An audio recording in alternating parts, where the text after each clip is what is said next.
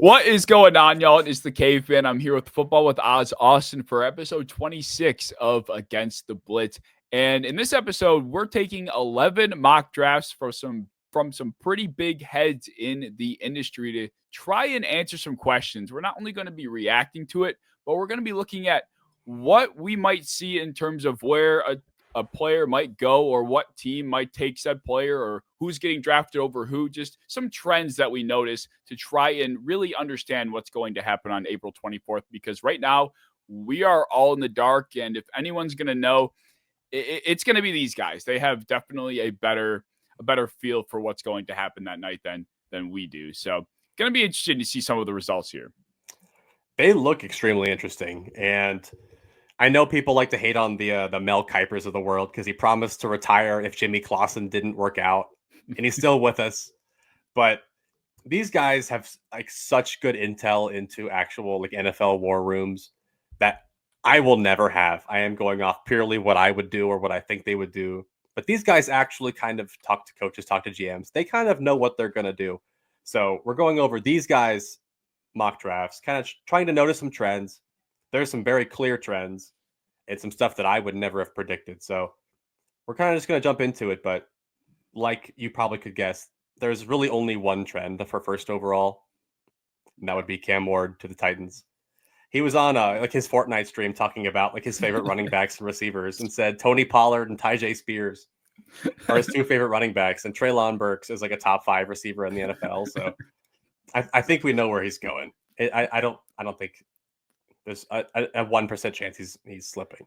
The funny part is Treylon Burks probably wasn't even a top 5 receiver on the Titans last year. He's terrible. No.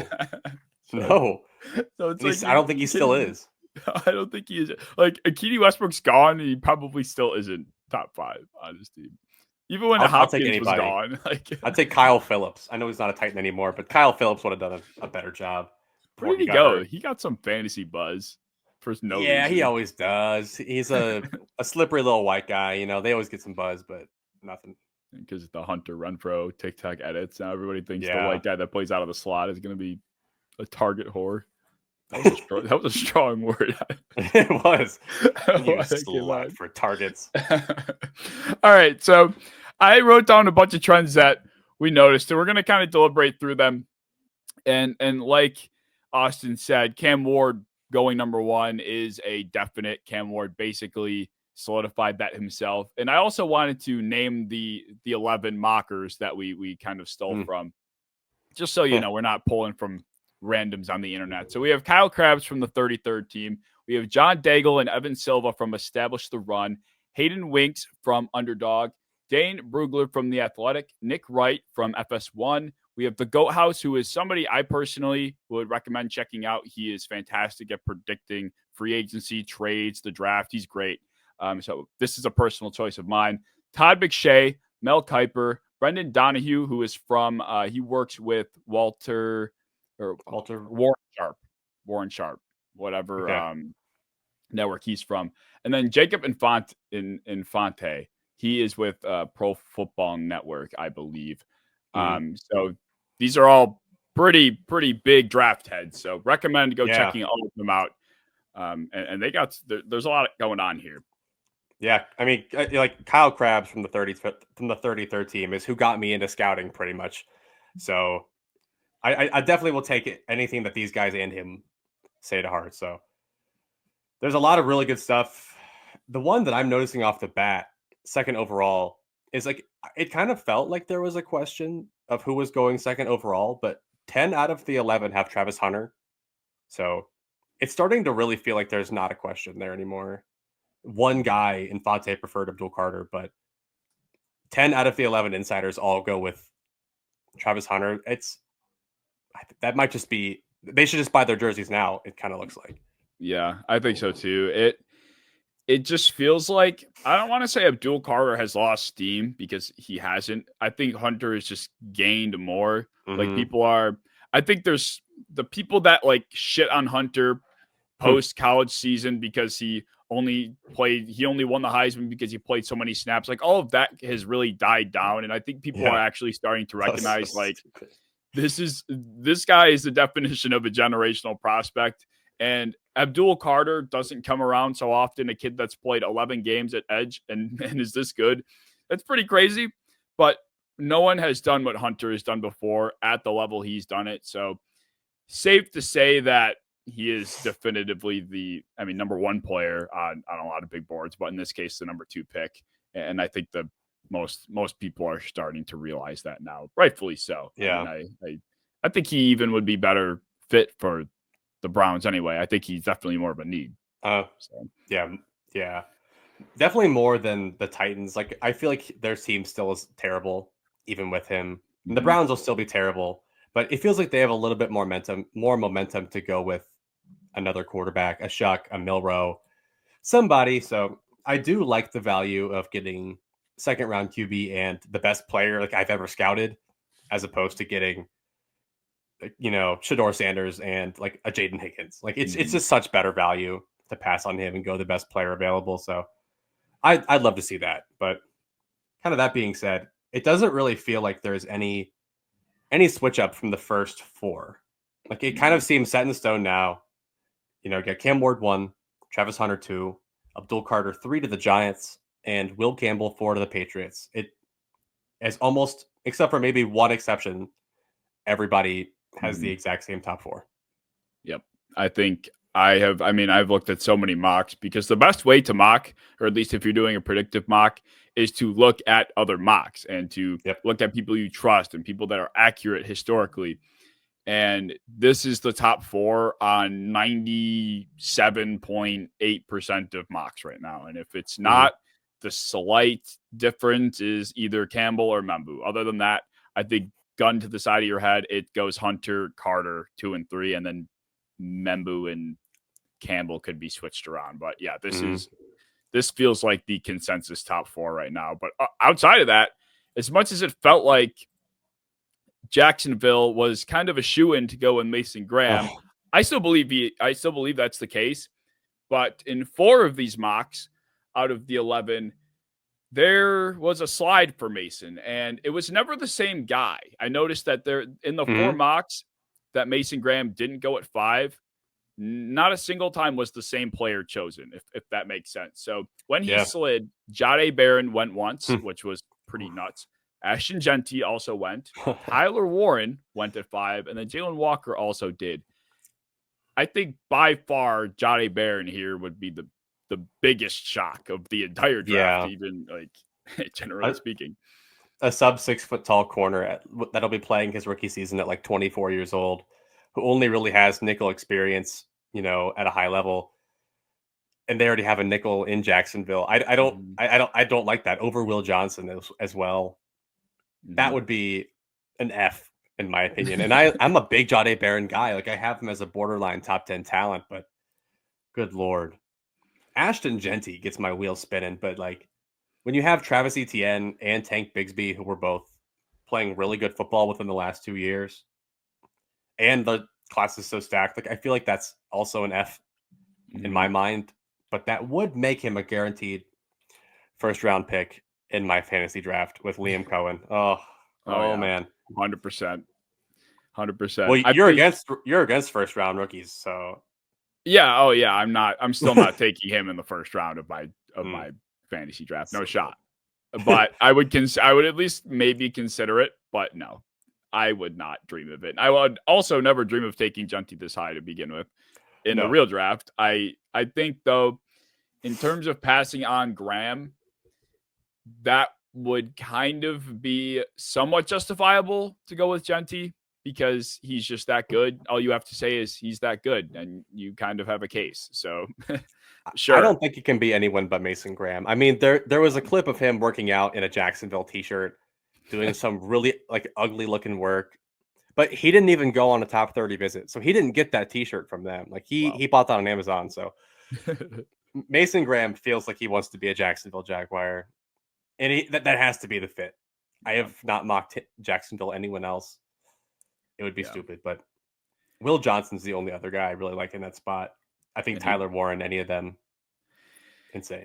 Yeah, Tyler Warren at 5. Talk about insane. I would hate that more than Genty at 5, I think. I would hate that much more than Genty because Genty, I can at least talk myself into the fact that they're drafting like the best running back prospects in Saquon.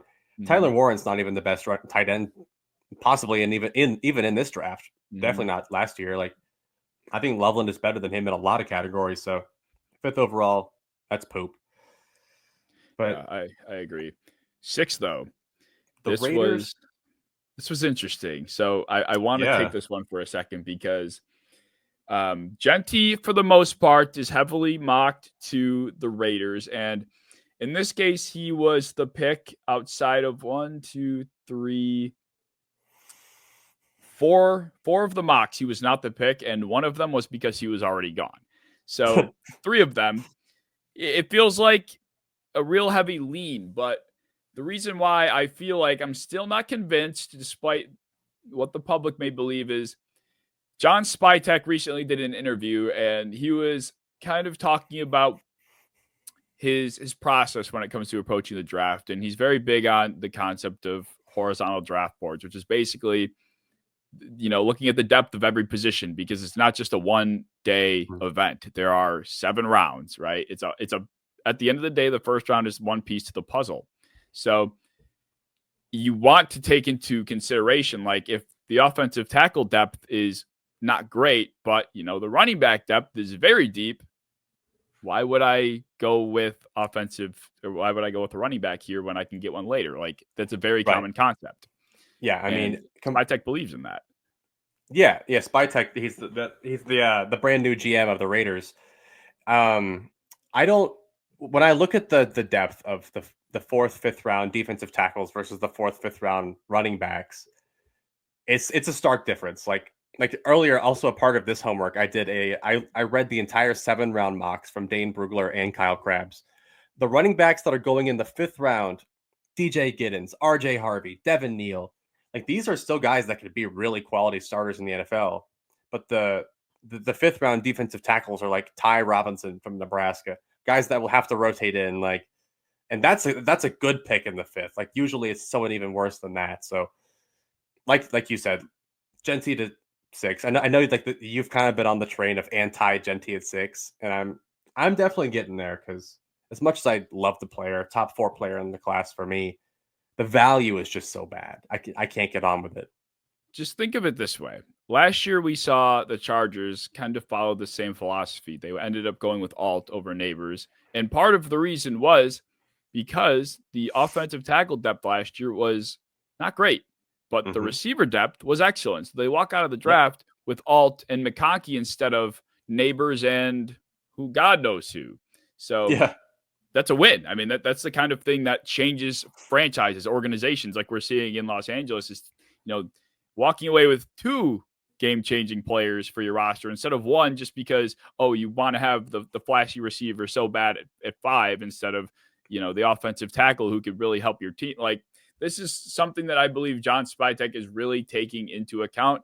And it's really making me believe it's not going to be Genty. Like, I think that's going to be my one pick in my finalized mock that is not consensus. Like, I think a lot of people are going to be Genty. That's going to be where I differ. But I also wanted to ask, if this makes the Raiders anti-Genty, who do they go with?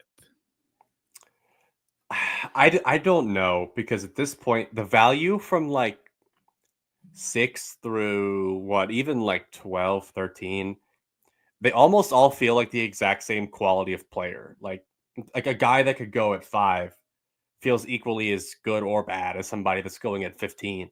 That's just how weird this draft feels. So at that point, looking at their needs, like we've talked about it before, Will Johnson, he would immediately be their starting perimeter corner 1, locked down, put him on an island. Like he is their guy. I think that if one of Mason Graham, any of those kind of guys fall, absolutely draft him, slide him in. All of these guys over Genty. I don't know if I take too many more guys. Maybe Armand Membo out of Missouri, the right tackle. Just bolster your line. Like that's a Pete Carroll special. That's a John Spytek special too. So I would probably go Membo or Will Johnson, really. Because when I saw the tweet that I saw of that interview, I think it was Elite Takes actually replied to it, and he said, this is an he said this is an anti-Will Johnson tweet. And I was like, I don't know about that. But I think to his point, the Raiders pick in the second round, 37th overall. So that technically would fall in that, that pool of corners that we keep talking about. That and it probably would is in that range. So if you could get a Hairston and Amos, like I definitely would love the value there, as long as they did fall. Right, you'd be running that risk. But if you get past those guys, you're looking at Jacob Parrish, Denzel Burke. It's a pretty big fall off after like the pull of AZ Thomas, Darian Porter. And I think they would probably get one of those guys, but they probably wouldn't get the one they want. Right. But you could get a running back, Travion Henderson, somebody you do really like. Right. Yeah, I'm just trying to think about it. Like Will Johnson would be my immediate pivot. But then again, if Membu's there, would I rather have Membu and let's say one of the corners you named, because one of them will likely be there, or would I rather have Will Johnson? And then if I'm addressing, I guess you wouldn't have to go offensive tackle. You'd be able to pivot to, I guess, running back. Like you said, running back in that case. Yeah, it's interesting. The Raiders will fuck up a lot of mocks if it's not Genty. Yes. I'm going to go Genty because I want to be right, and I want to just say that I picked the right one, but I don't agree that should be the pick necessarily. But draft good players. It's not necessarily a terrible thing. Yeah, that is very true. I had another point to make about the Jets, and speaking about Membu. If they're not considering him, the popular choice has been Warren. But to me, and I've said this before, if you're going to go Warren, that feels like it's such a scheme fit for what they're doing now, which is ultimately just a short-term scheme, I would say, with Justin Fields. I would almost say I think I would go Tep before Warren at 7. If I really was looking for someone that's not an offensive tackle, I think they need a pass catcher as bad as anybody. And I just don't think Warren is as much of a long-term solution as McMillan would be, given a different quarterback style. I'd prefer Loveland over Warren, even in that sense of like flex him out in the slot, let him win his routes, third down and long. Like you don't have to pitch him a dink and dunk check down to let him take off. Like you can hit him downfield with consistency. And I don't know. I'm getting lower on Warren. I'm getting higher on Loveland. Warren, to me, if he goes to Miami, if he gets to one of these teams that gets their players out in space, I love it. But so a team like the Jets that hasn't been able to generate any kind of schemed offense the last decade, not a fan. I'm also lower on Tet than most. I have him as my wide receiver 4, all things considered, but they need this like throwback style X receiver, let him win downfield. And I think he is that. So I wouldn't be upset if I was a Jets fan and Tet was the pick. Well, speaking of tight ends, as far as trends go, and we talked about this with Dino too, about the whether or not Loveland is the tight end 1 over Warren. 11 of 11 of these mocks had Warren going over Loveland. Not a single one had Loveland going over him, which I thought was pretty telling, to be frank, because I thought it was a little bit. I mean, I think we both agree it's a little bit closer, but for that to be the case, it must be believed that Warren truly is that tight end 1, and I won't say well above, but definitively above for NFL draft boards. I think a lot of it too is when you're drafting with the idea that you're a good coach and you have a good system. So when you have someone like Tyler Warren that would be better in a good system and be a better product, you're like, okay, here's Warren. He's more toolsy. I can get the most out of him. Loveland is for a team that has a bad quarterback and a bad system, and he has to win routes the old-fashioned way and go run curl routes and go run in routes and out routes.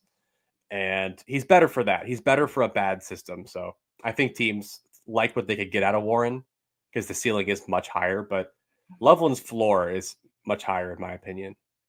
Yeah, I think something that we don't consider too is just I've seen people boast about his character. Like he is the ideal presence in your locker room. And not that Loveland isn't, but it really sounds like if there was a big board for character, Tyler Warren would probably be the 101. Like that's how highly regarded he is. And this was something that was talked about at the combine.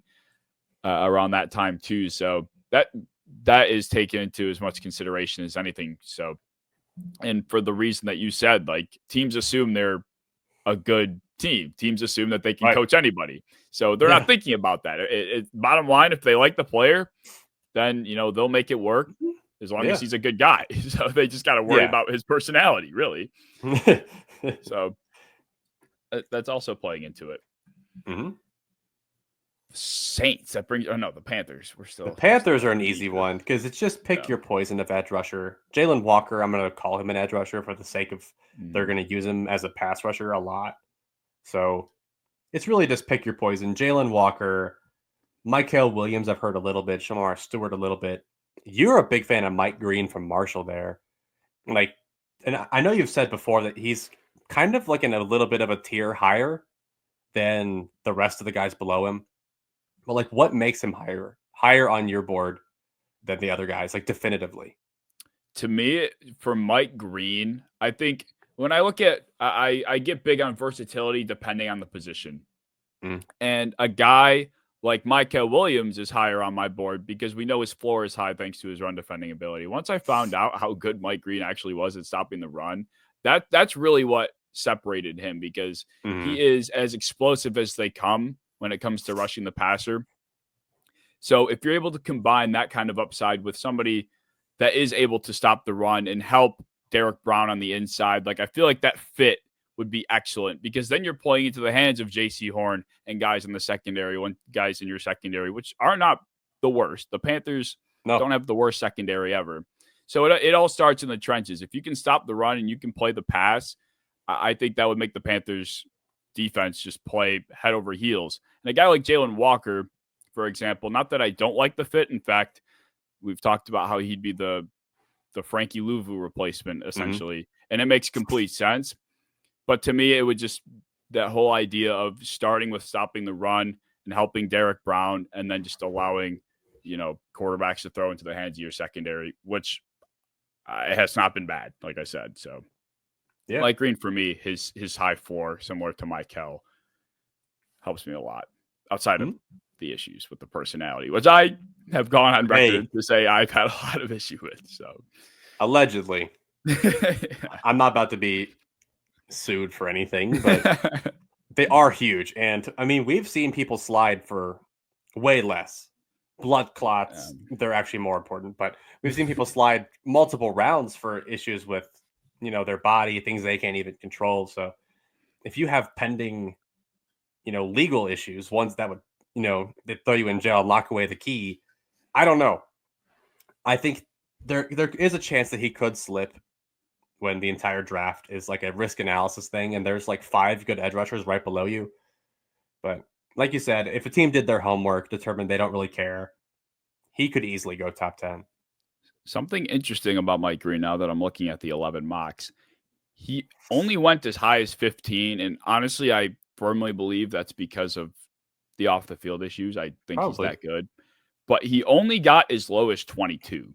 So there's a real heavy influence in that later teen, mid 20s range of a team. He went to at 15. 15 to 22. I lied. Ooh, so he went to Cincinnati once. And actually, that was in Jacob Infante's draft where they had them trading back up to 22 to get him. Interesting. I'm down for that. That would, oh my God. Clean up aisle my pants. That would be such a good pick. So in Jacob's mock, actually, Mike Green went at 22 after the trade up by the Bengals. And then they also took Walter Nolan at 17. So that defensive front would be transformed.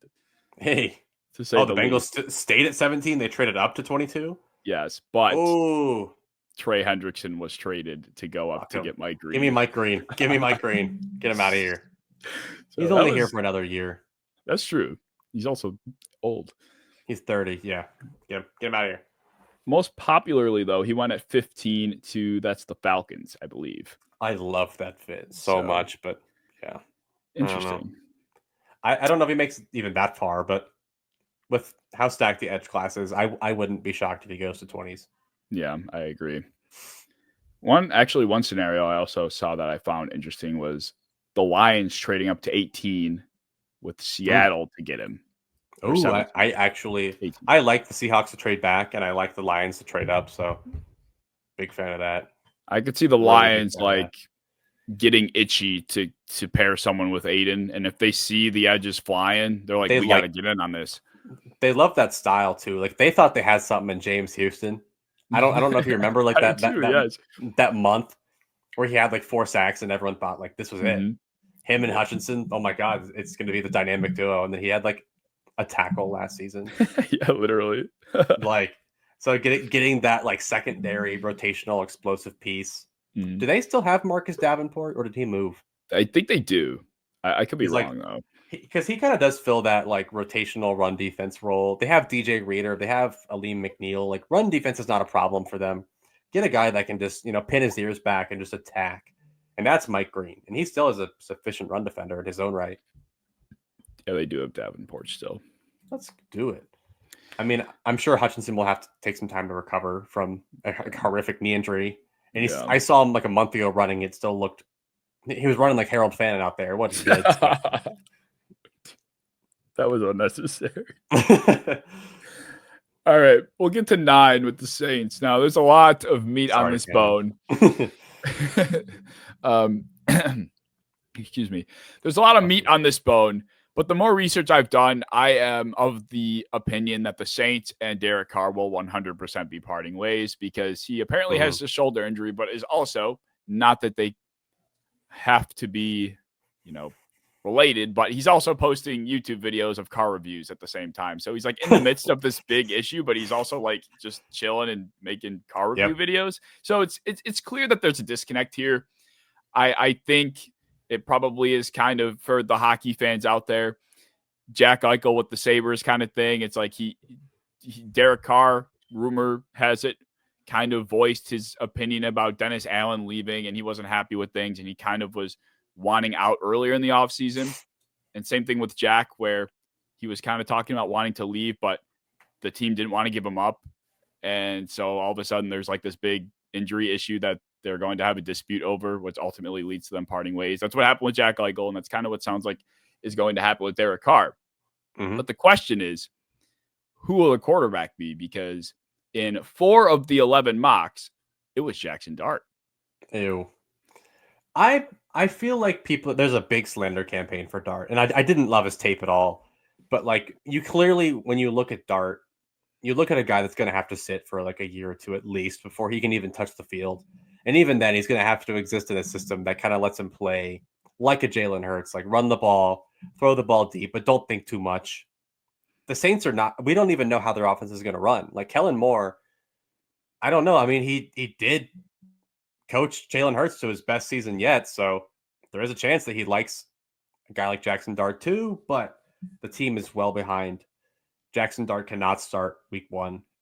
I'm not a Rattler guy. Sorry. Not a Jake Hayner guy. Sorry. Rico knows. Like, I'm just, I hate that pick when you're 9th overall. There's such good players available. You can bolster your defense. You can bolster your secondary, add an offensive line piece. And then they're just like, we're taking like the 3rd through 6th best quarterback available. I don't disagree at all. But 4 of them had Dart going at 9, which would make him the 2nd quarterback taken over Sanders. 3 of them also had them going Sanders. So 7 of the 11 had the Saints going quarterback. But then the other ones were Tyler Warren, Ted McMillan, Omari and Hampton. Oh my God. So you thought you hated the quarterback pick. And then Will Johnson as well. So there's no definitive non-QB to take here. I hate this Hampton stuff. I like Hampton. I was almost first. Like I was on the Hampton RB2 train in October. Like I was a big fan of this guy. But the more that we see him mocking, like they started mocking him 20th overall to the Broncos, and I was like, okay, like that's a bit of a reach, but like I'm cool getting your guy. And then I hear like 12 to the Cowboys, and I'm like, please don't do that. Like that's such terrible value. And then we go to 9. This is the first I'm hearing of a top 10 Hampton, but that's just terrible. And I love Hampton. He'll be good. It's not even about him being bad, but like, wouldn't you rather have a good player and a good running back as opposed to just drafting Hampton who's just a power back, and then getting God knows who in the second round. I don't like that. I agree entirely. But before, because I have some interesting running back stuff to touch on, the last comment about the quarterbacks is that John Daigle from Establish the Run had actually him and Todd McShay both had 4 quarterbacks going in round 1. And I think it was how many of these? 7 of the 11 drafts had 3 quarterbacks going in the first round. So there's a heavy influence of quarterbacks being taken here. So Dart, Sanders, and Ward were obviously the big 3. But Milroe also snuck his way in to the Steelers at 21 in that's John Daigle's draft. And he also snuck into the 24th pick with the Vikings trading out and the Giants jumping up to get him in Todd McShay's draft. I don't think I'm trading up for Jalen Milroe.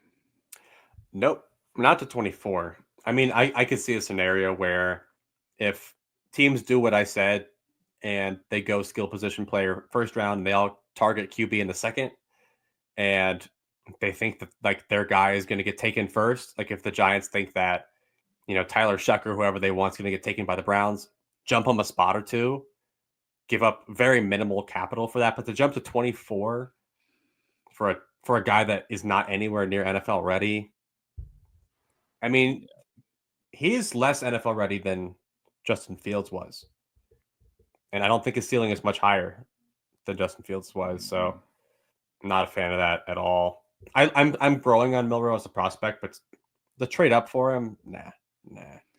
So what's worse, the Giants trading up to 24 to take him, or in John Daigle's scenario, the Steelers taking him at 21 over Sanders?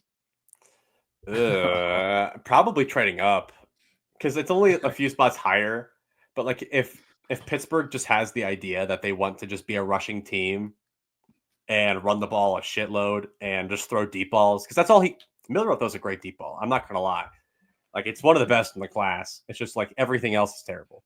But Pickens and DK with a big buff rushing quarterback and a bunch of running backs. I'd pay money to watch this team. That would be fun. And it'd be a lot more interesting to me than having to watch Shador struggle against a bunch of haters and Aaron Rodgers. Like, count me out of that. But I think Milroe just running like a classic wing tee offense would be so much fun. You must be DK Metcalf's biggest hater to say something like that. He would crash the fuck out. He would lose it. That would be so much fun.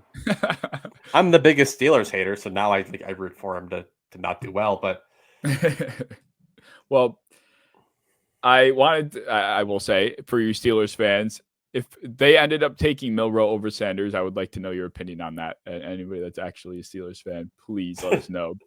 The last thing I wanted to say about quarterbacks, and I had this pre-planned, was my opinion on Tyler Shuck, because I feel like there's a little bit too much hype kind of starting with this guy. And we talked about it pre-show a little bit.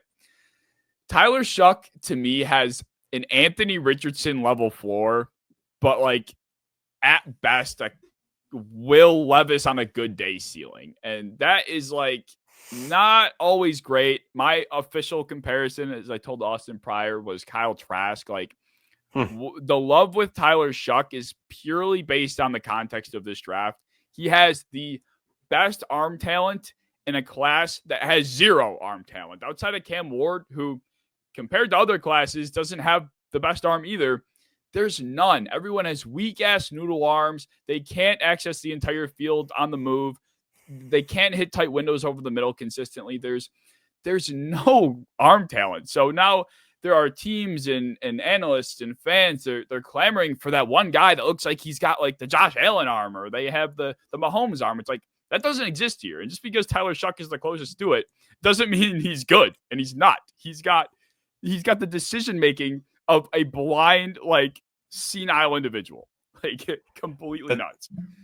The Tyler Shuck hype comes from people going on YouTube and looking up Just Bombs Productions and watching the 4.5 to 5.5 minute video of him throwing a good fade ball. Like, he throws a beautiful ball. I'm not going to lie. Like, when you look at a quarterback, he's about 6'6", probably in the 220s range.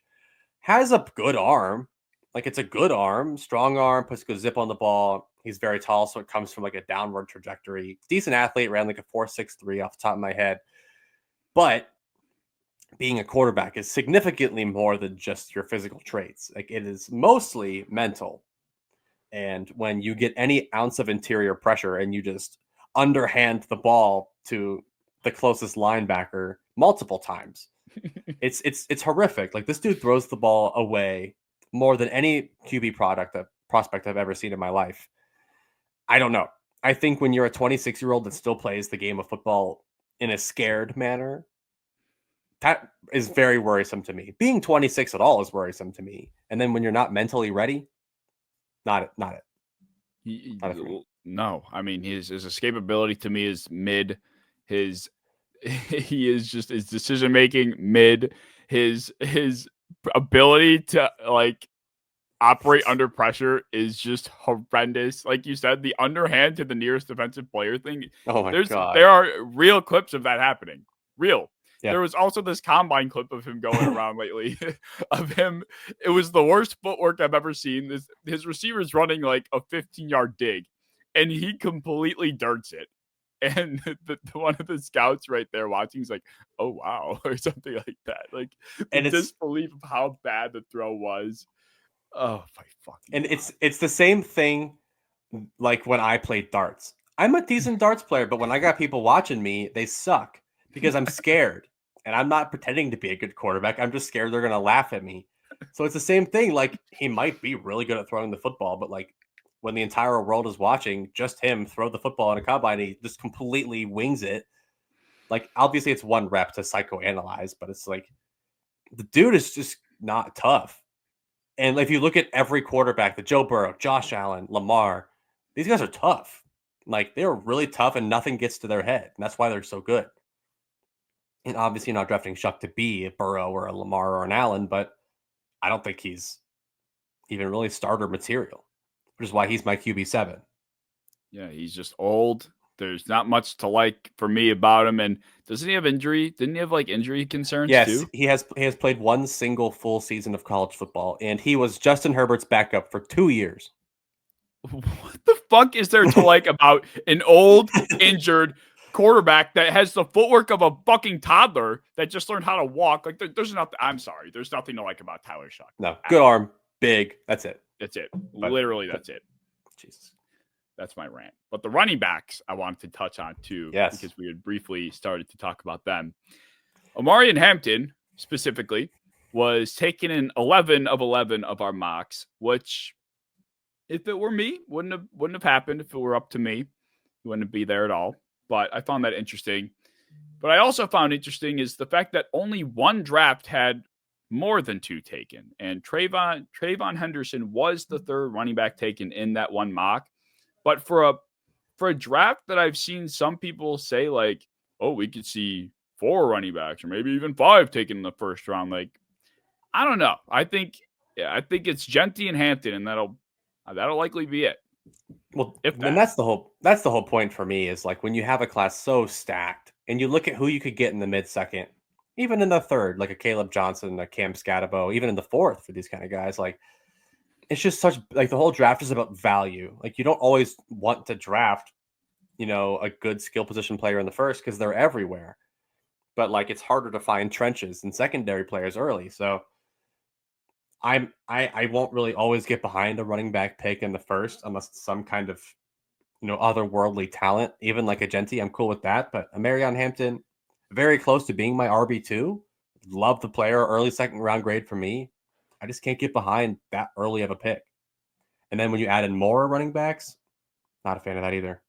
So who's your RB2 then? You gotta touch on that. Travion Henderson is my RB2. Yeah, Travion Henderson offers just a better overall profile and more of a chance to play on all 3 downs, in my opinion. Like, has the footwork, has the receiving profile, in my opinion, that Hampton doesn't quite have, and has the pass protection profile, in which, even though he's probably 20 pounds lighter, he is a much better pass protector than Hampton is. So I just think that he'll see the field more.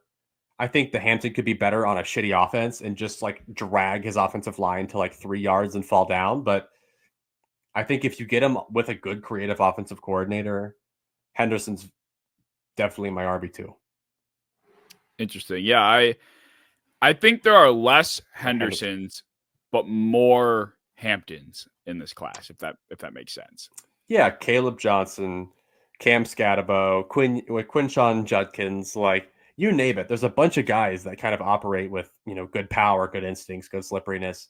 But to get a guy with like legit home run power that has never fumbled in his college career, offers, really good third down value. Even guys like Baishal Tutton is the next guy. He fumbles more than any running back prospect I've ever seen in my life.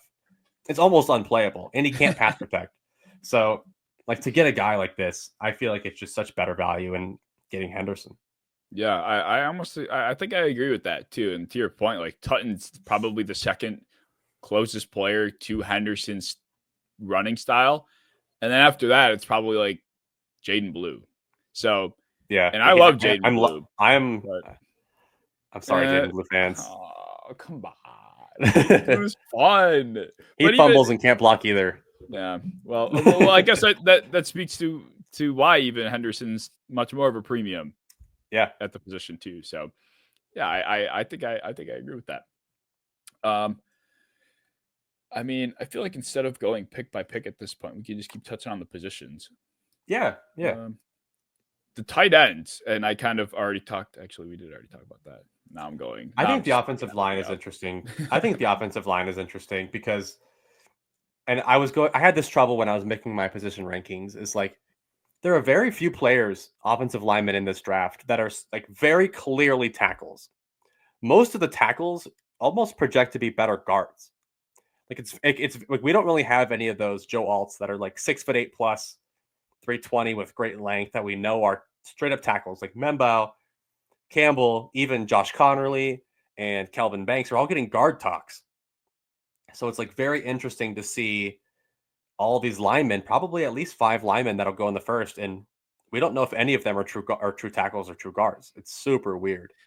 Yeah, I think a guy like Kelvin Banks is going to be a very big wild card. Like if we look at if we have like a list of the top 5 or top 10 wild cards in this class, Kelvin Banks is on that list because he can go, depending on what you view him as, like he went as high as 7 out of the 11 mocks, but he also I don't think he ever fell. No, he didn't fall out. But he went as low as 31 to Kansas City. And Kyle Krabs' mock, actually.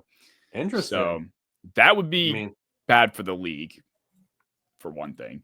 But for two, it's like he really, like the range of where Kelvin Banks is going, like looking at these 11 mocks, like it's all over the place. Because no one really knows what he is or what teams feel like he can be. So it's all going to be up to the team. Yeah. Yeah. I mean, it's also weird because there aren't a lot of true guards. There's like Tyler Booker and Donovan Jackson's not even. He might even play tackle. The Tyler Booker is like the only true guard that can go in this range. So like if a team feels like they need a guard, they might just select one of these tackles, which could put them anywhere from 4th overall to like you said, Kelvin Banks dropping all the way down to 31 because no one would value his skill set in that range. So the offensive linemen are weird. I have most of them ranked within a few spots of the next. Like I don't have Will Campbell much higher than Josh Connerly in the grand scheme of things. So it's a weird tackle class, and it's one that like I won't feel comfortable giving out good or bad grades to when they pick them because they're all like on the same sphere to me. Yeah, that I agree. I think it will come down to it'll come down to projecting the fit. Like we're a part of a creator mock that we won't speak much on until it comes out.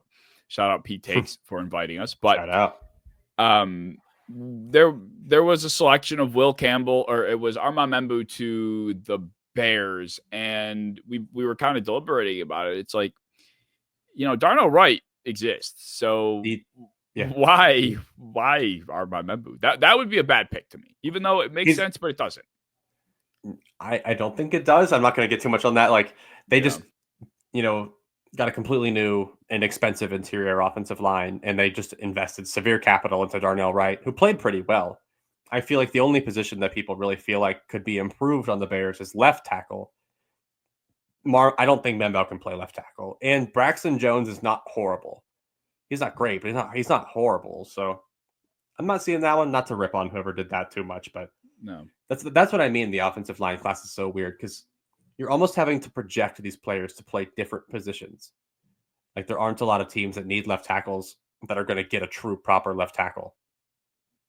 Right. Yeah. And yeah, it's not to rip on him at all. Like it just comes down to like that's the only scenario where you might knock one of the offensive linemen being drafted. Yeah. That's really the only vision where you could be like, yeah, no. But otherwise, it's like any of these guys can seemingly do whatever the team probably needs.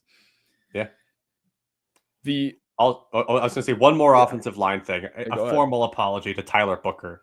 I know the world has become to hate Tyler Booker, but especially looking at Kyle Crabb's mock, the more I think about him in just like a pure gap scheme, I think he could be really good.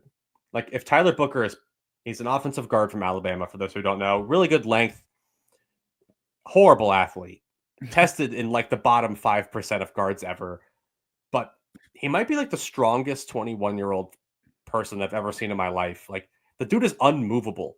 So like imagine him in Baltimore with Derrick Henry pushing piles. He's not a terrible pass protector as long as he kind of stays in a phone booth. So I don't know. I think Tyler Booker could end up being really, really good. And I have voiced my displeasure for his profile before as like an oaf, but I do think there is a vision for Tyler Booker to be a good football player, just not a Seahawk. Yeah, well, where he was before. Yeah, I'm still team oaf for Booker. for whatever reason, I see Tyler Booker and I think of like, I mean, this is just it's not mean, but it's like a slug. Like he's a slug, and it reminds me of like, oh, what's her fucking name? Osiris Torrance? No, not even a football player. It reminds me of oh my god, who in Monsters Inc. says you didn't file your paperwork. Yeah, fuck Wazowski. Yeah. He is that sluggish. He is. I see Tyler Booker and I see Boggs, whatever. Yeah. What's her name? Is it Boggs or something like that? No, there is a Boggs, but that's not her. I don't know. Either way. He's a decent football player in the right scheme. He's not fully scheme transcendent. First round pick in a gap scheme, 5th round pick in a zone. Entirely depends on which. So my formal apology to Tyler Booker. Yeah, I'm not apologizing. Sorry. I've grown a new leaf. Good for you. I'm not as good of a man. I change my mind a lot when I go back and I rewatch and I envision them into different offenses and different defenses. Like I can grow to appreciate players in a different light, which is why I have to apologize all the time. Every time I make this stuff, because I'm like, I'm sorry, I hated on you. You're better than I thought.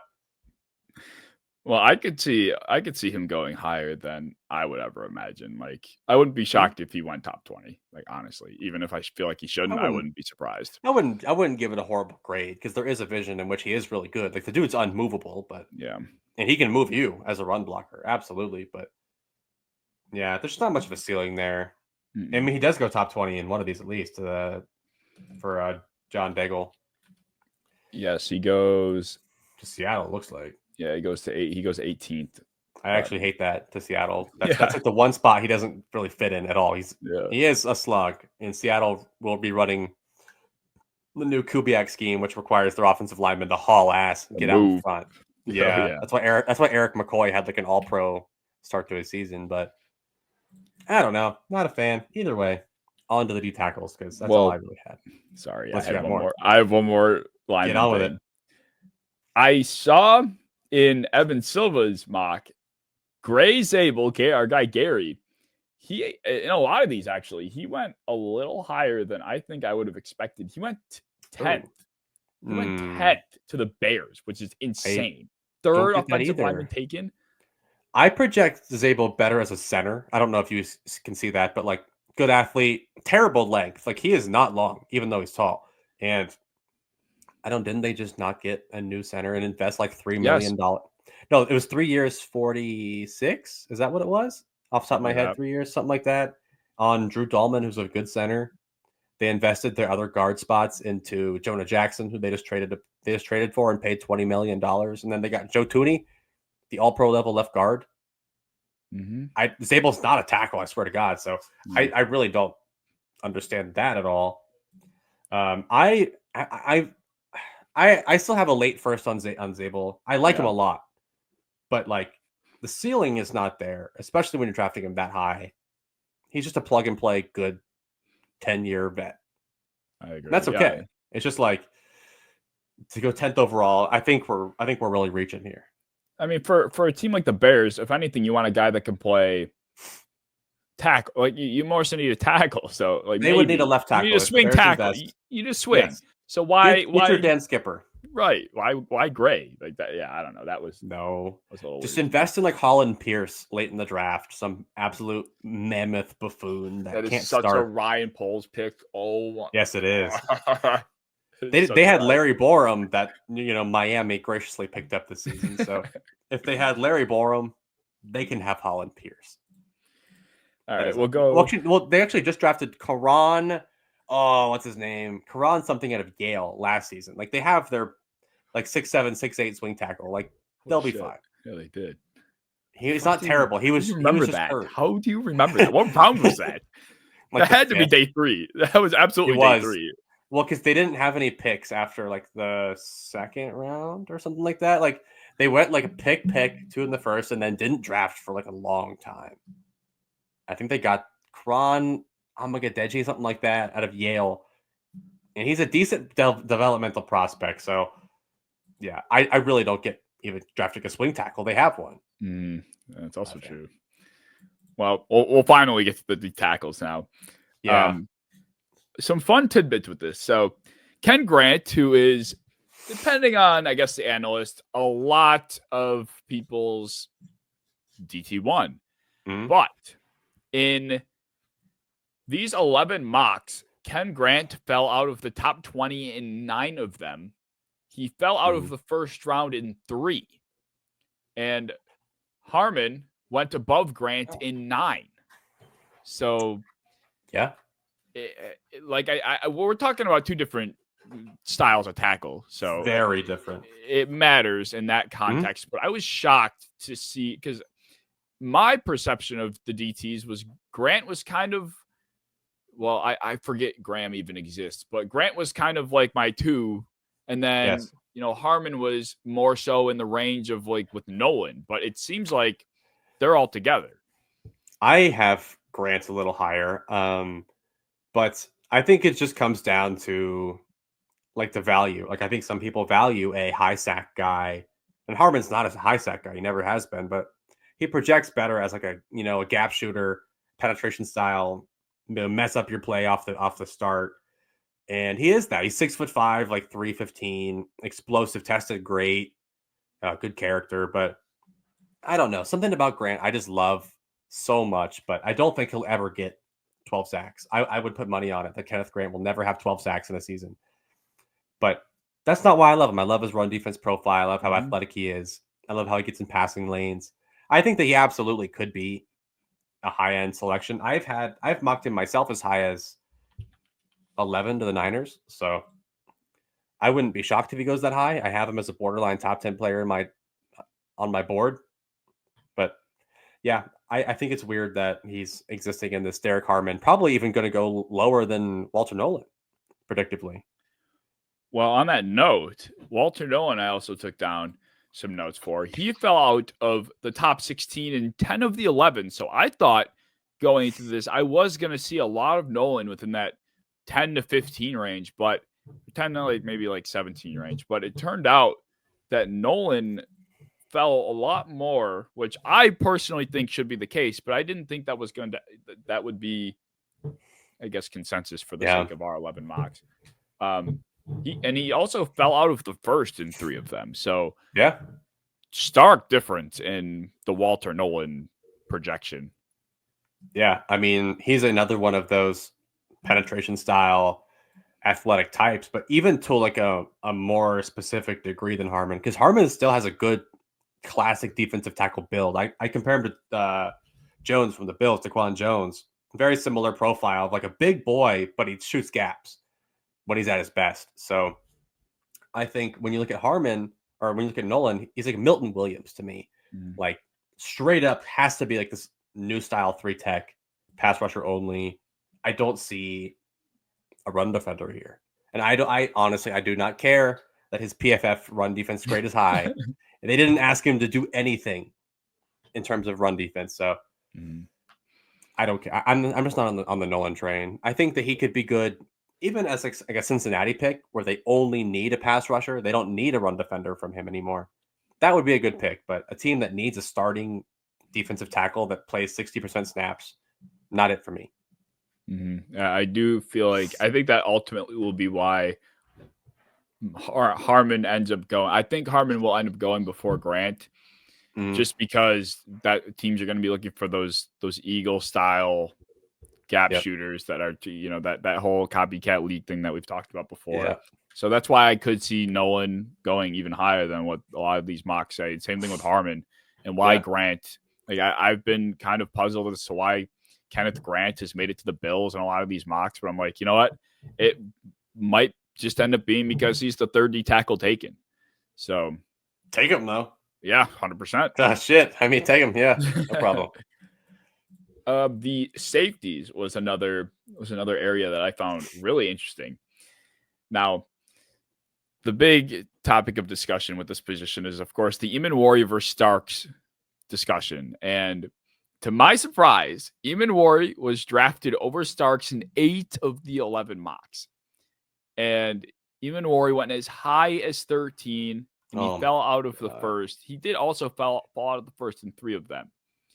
But the thing about that's interesting is that Starks, there doesn't seem to be a perceived upside, at least as far as these mocks go, because he went as high as 24, and that was it. He didn't go any higher than that, and it was to Minnesota, and that was only twice. And if Minnesota didn't go with Emmanwori, it was because he was already gone, or they decided to pass on Starks and go somewhere else. So I found that interesting because as we have mocked throughout the last month or so and talked about it between the two of us, Starks to Minnesota has felt like a pretty natural feel, but here it's not been the case. I don't know why, because I feel like they just bolstered their D-line, they bolstered their O-line. They don't really have a whole lot of holes except for looking at that safety room, especially when Harrison Smith's on his way out. He's old and gone soon, so I mean, I don't know where else they'd go. I still value Starks as absolutely a comfortable mid-1 for me. And I have Emmanwori as a borderline 1-2 because he is like the athletic profile is beautiful to look at. And like the splash plays are great, but like there's still a lot of holes in his game, especially mentally. And like we've talked about it before, but even though Emmanwori is faster and more explosive, Starks' diagnosis is way better. So by the time that Emmanwori would diagnose a play, Starks is already 3 steps ahead of him. So even if he catches up to that speed, like it doesn't make much of a difference when one is just so much better at the sport of football than the other.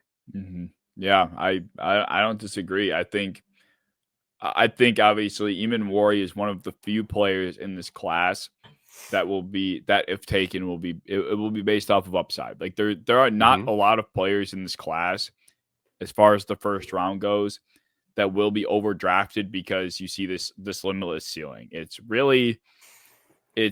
Emmanwori, it's Shamar Stewart, and I mean Abdul Carter. Of course, you can talk about those guys kind of get excluded from this, but other than that, I don't think there's many. Not really. So I guess I can see it. I think I have come around on the Emmanwori fitting the Brian Flores description a lot more, though. I think both of them can. Like that's really. I think they can. I'm just on like an absolute. I'm comfortably higher on Starks. I think because I like my safeties to do a lot. Like I like them to wear a lot of hats. And when I look at someone like Emmanwori, I'm like he kind of has to play in the box. He kind of has to fit run defense plays from depth. And Starks, I feel like you can line him up in the slot comfortably in man coverage and he'll hold his own like a corner would. I love the ball skills, the downfield ball tracking. He's a lot smoother. Diagnosis plays better. I don't know. I'm just not. I feel like you just draft a better player. I wouldn't think too hard about, scheme fits. Like Kyle Hamilton just went. Like, he's really good. Mm-hmm. Eamon is not Kyle Hamilton. Yeah. Yeah, that's kind of that I think is probably what people are chasing a little bit, is trying to get that Kyle Hamilton. No, go ahead. You're gonna say something? No, I mean, just like safeties that can play by the line of scrimmage and play in the box and play in the slot, like when they're 6'3", 210 plus. Like, it's a sexy look. Like, it's great when it hits, but then like you get your TJ McDonald's, like you get your Melly Fonwoos, like that test great and they're big, but there's a lot more that fail than succeed, and people seem to forget that every season. Like, they just like, oh, that guy was used wrong. Like, he still would have been good, and that's kind of the problem. Like, good players don't need to be used right; they're just good. Mm-hmm. Well, I have another question for you. So, I saw Starks get taken by the Bills 3 times out of these 11 mocks, and I was a big fan of that. But I feel like, in terms of Bills circles, safety's really not a part of the discussion. It's often corner or it's often D tackle. And I don't know if that's because people don't anticipate Starks or even worry to be here. But for me, I think if I had like an order of operations, right, I think it would go safety. I would go Starks or Eamon Worry before any of that pool of corners. Let's put it that way. I feel like that should be definitive. That feels good to me. And I almost would say if Ken Grant or Harmon are there, I still am considering Starks. I would. Close. I have Starks graded very similar to Grant on my board. I have them both over Harmon by probably at least 10 spots. And I don't know. I mean, I feel like they have a lot of faith in who, like in Cole Bishop. Like who are we like it's not DeMar Hamlin as the guy that I'm hopeful of to be like my long-term starting safety, especially watching what they did in like the late 2010s, early 2020s with Hyde and Poyer. Like that was part of like why they were so successful on defense, was having 2 all-star safeties, and clearly made a difference when they departed, like very clearly. So getting a piece of that back, I think that Starks is a lot closer to them as football players than Eamon Worry is in terms of like football IQ, smoothness, man coverage ability, and zone coverage ability deep. I feel like Starks would be an A+ pick. I would grade that an A+ today. I think so too. It's weird because I feel like it's not being talked about amongst Bill circles too much. It's just all about corner or D tackle. But corner would be a reach no matter who they get. If like the only like Savone Rebel's the only person I have graded that high, and he's hurt. So like I wouldn't love the pick there. And Hairston, Amos, all early seconds to me. Like that would still be a slight reach, regardless. Yeah. So, and Starks I have an early to mid first on, so that's elite value to me.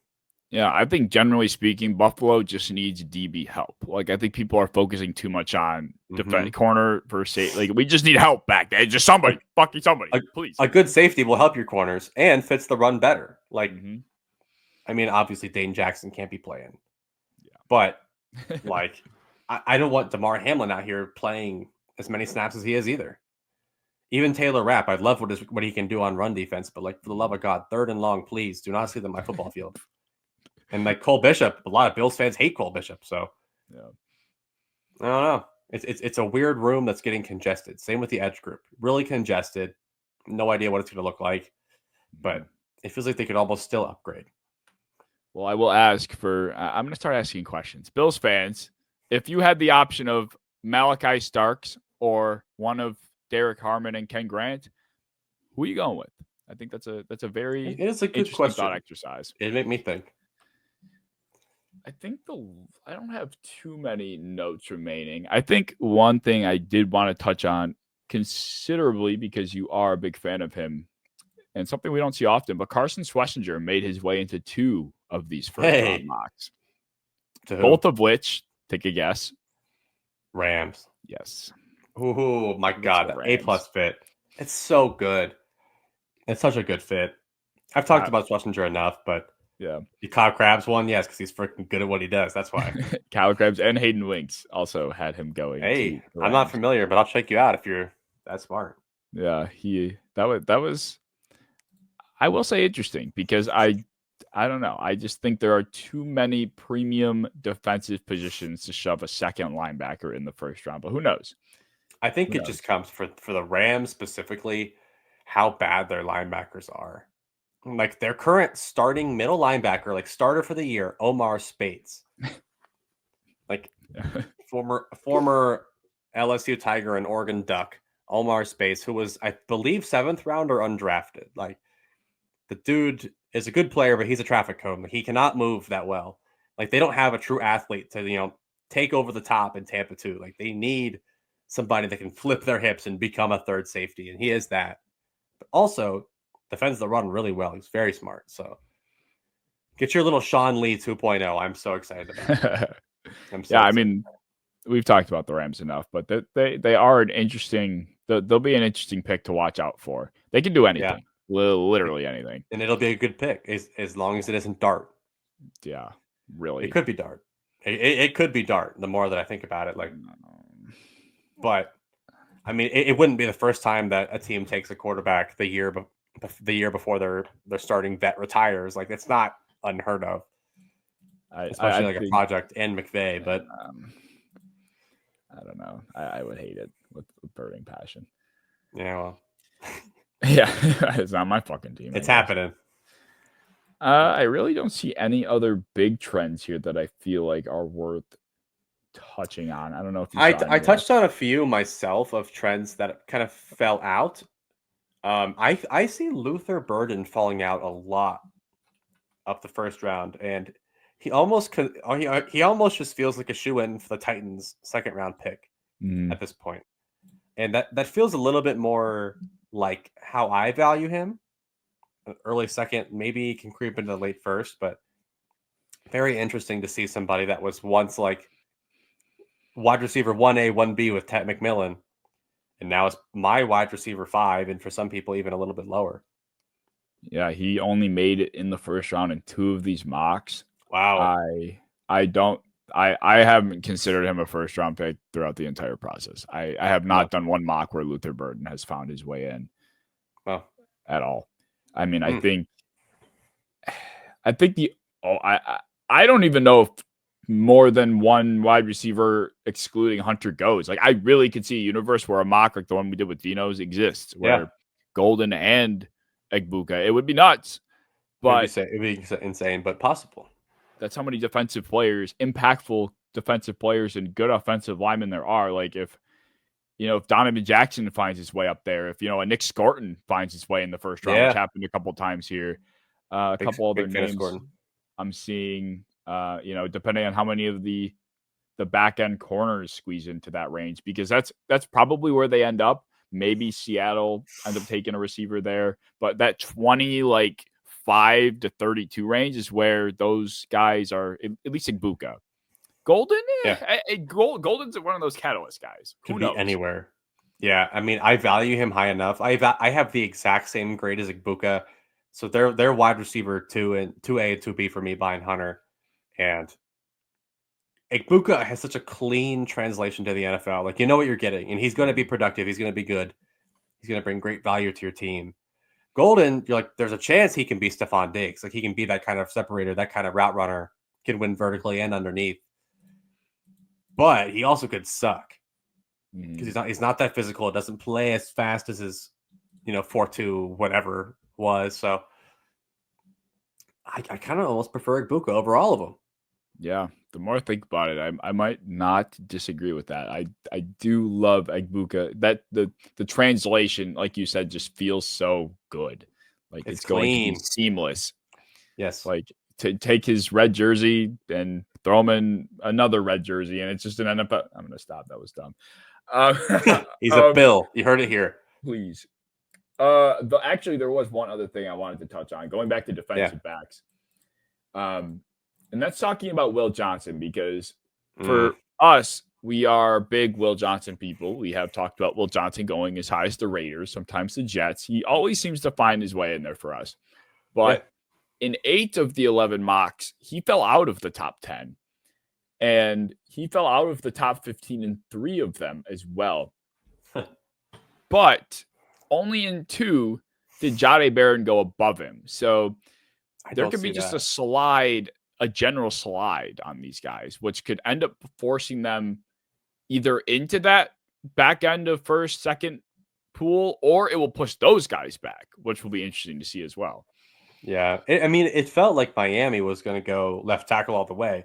But after talks about getting rid of Jalen Ramsey, I think Will Johnson's very much in play at 13 overall, especially when, like, yeah, you want to upgrade at left tackle, but they did just get Patrick Paul, who some people really like. He's developmental, but the ceiling's there. And Kader Kohu, Storm Duck, and Cam Smith are the starting corners for Miami next season. They have to upgrade. Like, they have to get probably 2, in my opinion. Like, I don't know if I want Storm Duck and Kader Kohu out there again as like full-time starters. So I think Will Johnson very much could and probably should be in play if he's there at 13, which Jade Barron, I know there's a lot of love for him there too. I don't hate that. But if not, they're going to have to go second round corner and hope that another one later works because that room sucks. Yeah, I mean, just a couple episodes ago, I was saying the Dolphins have to go tackle, but now after the Jalen Ramsey rumors, it's like, well, now they have to go and address that part of their team. So I don't know. There was also, just to quickly touch on this too, I think it was Asante Samuel tweeted out that he thinks Jalen Ramsey should switch to safety. And I was like, I scoffed at the tweet, and then I'm like, wait a minute.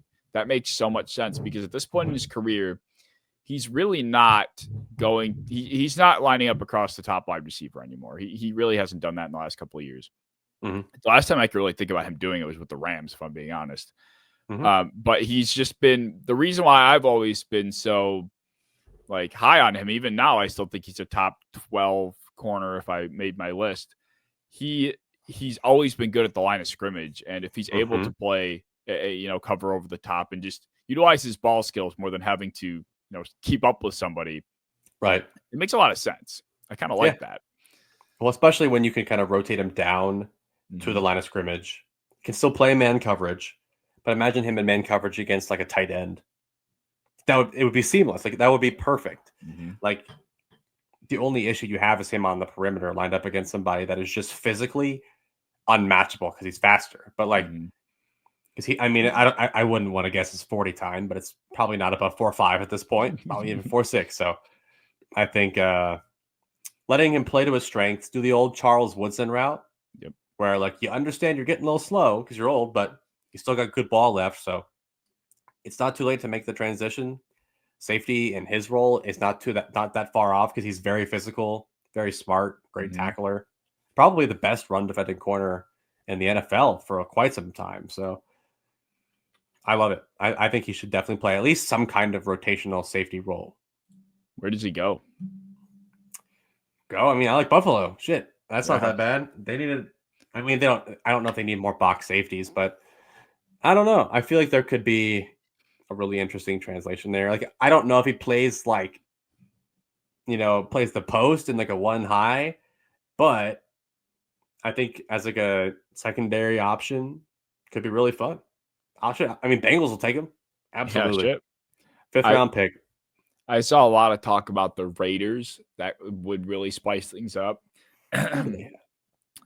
They don't. They have Jeremy Chin and it's somebody that's not good. Yeah. Isaiah Pola-Mao or whatever. Yes. That does not keep me from getting Jalen Ramsey. The Raiders have so many draft picks too. I don't think Ramsey goes for more than a 4th. So 5th round pick, Jalen Ramsey, call it a day. I think the Niners would be interesting too. I don't know how many picks they have, but I feel like him and Salah would get along. No Hufanga anymore. I know some Niners fans aren't huge Jair Brown believers. So, I mean, I don't know if they have a safety that can cover tight ends like that really at all, especially one that can like move in space. Yeah. I like it. That'll be something to watch too, because that could change up. If granted, it probably won't happen before the draft, but if it does, that will change up a lot. a lot as well. Yeah. But I think those are all the thoughts I had. If you have any others. Only other one was in both my 7-round mocks. Nick Nash went in the 7th round, each one. That's your guy. Hell yeah. He might get drafted after all. Him and Willie Lampkin. The 5'10" center who still has like the same exact wingspan as Will Campbell. Ridiculous. Where did do you know where Torrey Horton went? Do you remember? Off the top of my head, like either late 3rd, early 4th, I think, generally, which feels fairly appropriate, like a 3rd round, 4th round pick. Yeah. I mean, that kind of puts him in the same bucket as Jalen McMillan from last year, and that feels pretty fair as like a similar skill position player. I'm cool with that. I think I agree with that. I like that. I like that connection. Only other one I have is I've done my due diligence on Azaraku and Schlesinger and every other player, Land Larison, JJ Roberts, safety from Marshall. Please, for the love of God, watch. This is my next project to make people believe. Mm-hmm. Yeah, I saw you tweeting about him the other day. Yes. And I think it was Kyle Krabs that ended up tweeting out after. Yeah, it was after. I made sure people knew it was after. I'm not copying him. But JJ Roberts, safety, Marshall, please watch. Great player. I'll have to check him out in the last 8 days that we have. Yeah. But all right, yeah, that will wrap up episode 26. I believe our next episode will be our official finalized mock drafts. So stay tuned for that coming this week. And then after that, it will be a little bit more draft result stuff, but we're going to open wide. And, I'm kind of looking forward to the offseason and what we can really pump out, because not going to lie, I'm getting a little lost with some of the draft content, trying to find what to talk about, how to diversify it. It's been a little bit of a struggle. So I'm getting ready to dive into it and dive out. Me too. It'll be good. It will. So if you enjoy, as always, like, subscribe, comment, share. Check us out on the social medias down in the description. Check us out individually down in the description, and we will see you in episode 27.